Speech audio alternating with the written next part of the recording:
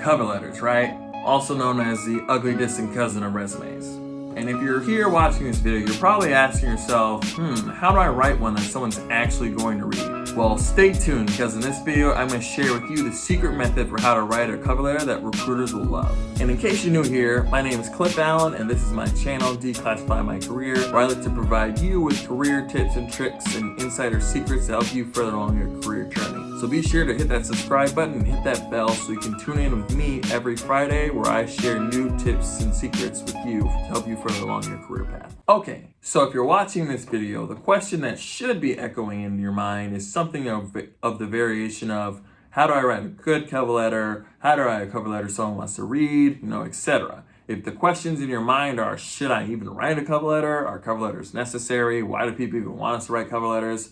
I suggest you pause this video and watch my video, which goes over why should I write a cover letter, or should I write a cover letter? I have provided the link in the info card here as well as in the description below. So check that out and then come back here and I will teach you how to write a cover letter. So for the rest of you that are still here, writing cover letter is kind of tricky, because if you make it too long and you share too much information and no one's going to read all that, but if you make it too short and you don't provide enough information, then the cover letter is not going to do its job. As a recruiter, I can tell you that the idea is, for your cover letter, you want to entice me to be able to be interested in you as a candidate. So you want to share just enough information about yourself that I get a good taste of who you are and what you're about, as well as enticing me to want to find out more information. So stay tuned, because I'm about to walk through step by step from start to finish on how to write a cover letter. And you'll also want to be sure to watch the video to the end, because I'm going to include a secret resource that's going to be an additional asset to you as you craft your next cover letter for your next job opportunity. So without further ado, let's get started.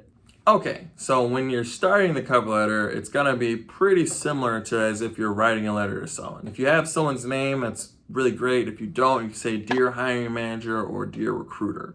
And you want to make sure at the top, right above where your sentences are starting, you need to have the information. So you want to have the name or title of the individual you're addressing, as well as the address for the company. This kind of information shows that you're intentionally writing to them, and you're not just using the same letter for every person. Even if you are, at least you change the information. All right, so the first step is to write that introductory information. And the second step is that you want to express to them what position that you're applying for, as well as the organization that you're applying to and why you want to join that group. Again, you want to share this information because you're showing the person, hey, I'm writing this letter to you because I want to work for your company specifically. So ideally, it's going to sound something like, so I'm writing this letter to express my interest in company X as a whatever the position is. And then after you share that information, you're going to want to say a little bit about what about the company interested you in joining it, right? So something akin to, for X amount of years, company X has been an innovative global company that utilizes its whatever, some unique quality about this company to create or provide reliable services or products, etc. And I want to be a part of that tradition, right? So it's just something simple, nothing really, really long. You don't need to give an overture or anything like that. It just needs to be like a sentence length of information about the company and that you want to join them in doing that task, whatever it is that they do. Okay, now for the third step, this is one of all these steps are important, but this is a very important step. All right, so for the third step, you're going to speak to some aspects of the job description or the company itself and how you would be a good fit because of experiences that you've had in the past. So essentially, you're going to do a little bit of research and find out, what is it that they're actually looking for. Look through the job description and the responsibilities and try to piece together what type of employee do they want, what type of person are they trying to bring on. Do they need someone who's going to be really aggressive in their market, who's going to help them get sales or help them find people or help them do a service? Try to think of one or two key areas that they need help on, and then you're going to share your own past experiences and speak to these one or two key areas in a way that's going to make you sound like the ideal candidate to help them with the problem that they're having. All right, so it's going to sound something like, throughout my past X years of experience, I've created value for my organizations in several ways, including, and then you include one or two examples, like improving your company's portfolio, saving them a lot of money, etc.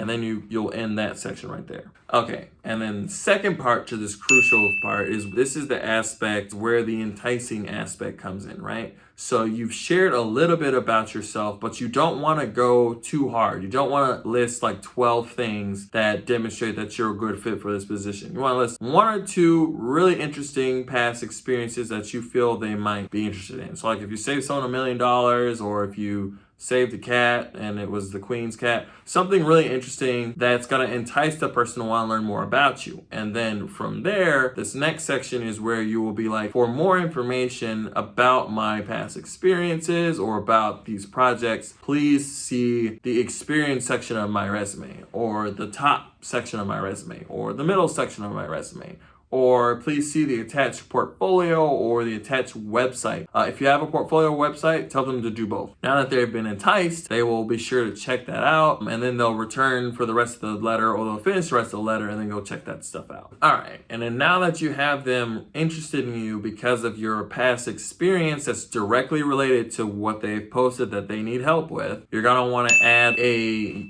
identifying factor or a unique factor that's going to set you apart from other people. Because remember, maybe there's someone else who also has relevant experience to this role that's equivalent or greater than what you've done. So what you need to add on is a little bit of personality, a little bit of secret sauce, we'll call it. You got to add your secret sauce to the formula that's going to differentiate you from everyone else. And how you're going to do that? You're going to talk about one contribution that you made in your past role that's personality related, all right? So it's going to be something that you did to improve the work environment or the customer experience of individuals that had nothing to do with your job. So for example, you'll say something like, I take pride in the positive impact my work had on our company goals. However, the impact that I take the most pride in was my ability to improve the workplace by making everyone smile, or forming meaningful relationships with my clients to identify and serve the roots of their needs, or by forming close relationships with my coworkers to help make sure that they have a positive work environment,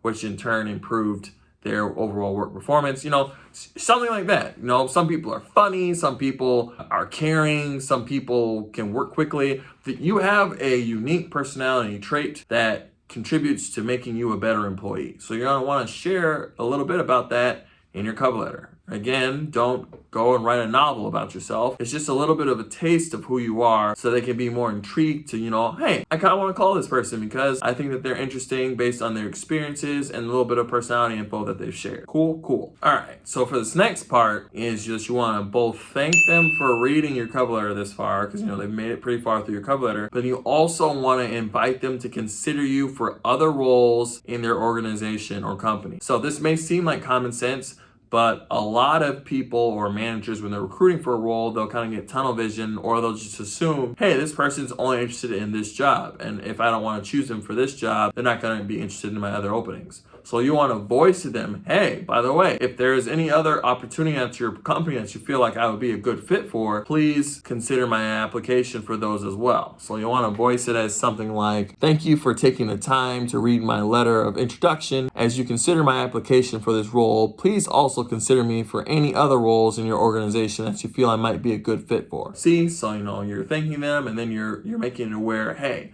I'm open to other things. You don't have to say yes. Like if they offer you something you don't want, you can just say no. But at least now you're diversifying your chances of opportunities with this company. All right, and then last but not least, when you're writing a cover letter, you want to end it, you want the whole thing to be filled with confidence, but you really want to end the cover letter with confidence as well as anticipation for the next step. So you're not hoping that they contact you, you are looking forward. Hey, based on what you read, and I know that I got something that you want to find out more information about. So you want to exude confidence in the ending of the letter. So you want it to read something like, I look forward to the opportunity to discuss my candidacy with you in depth and to answer any questions you might have. So those are my 6 or 7 steps. In case you're more of a visual person than an auditory person, the secret tool that I've included for you is a template for how to write a cover letter, all right? So that's all that information I just shared with you in the template. I've shared it in the link below, so just click the link. All you got to do is share your emails. I'll send you the template, and you can use that template to go through all of the steps that I previously mentioned, and it'll help you to write the ideal cover letter that recruiters are going to love, and they're going to look forward to calling you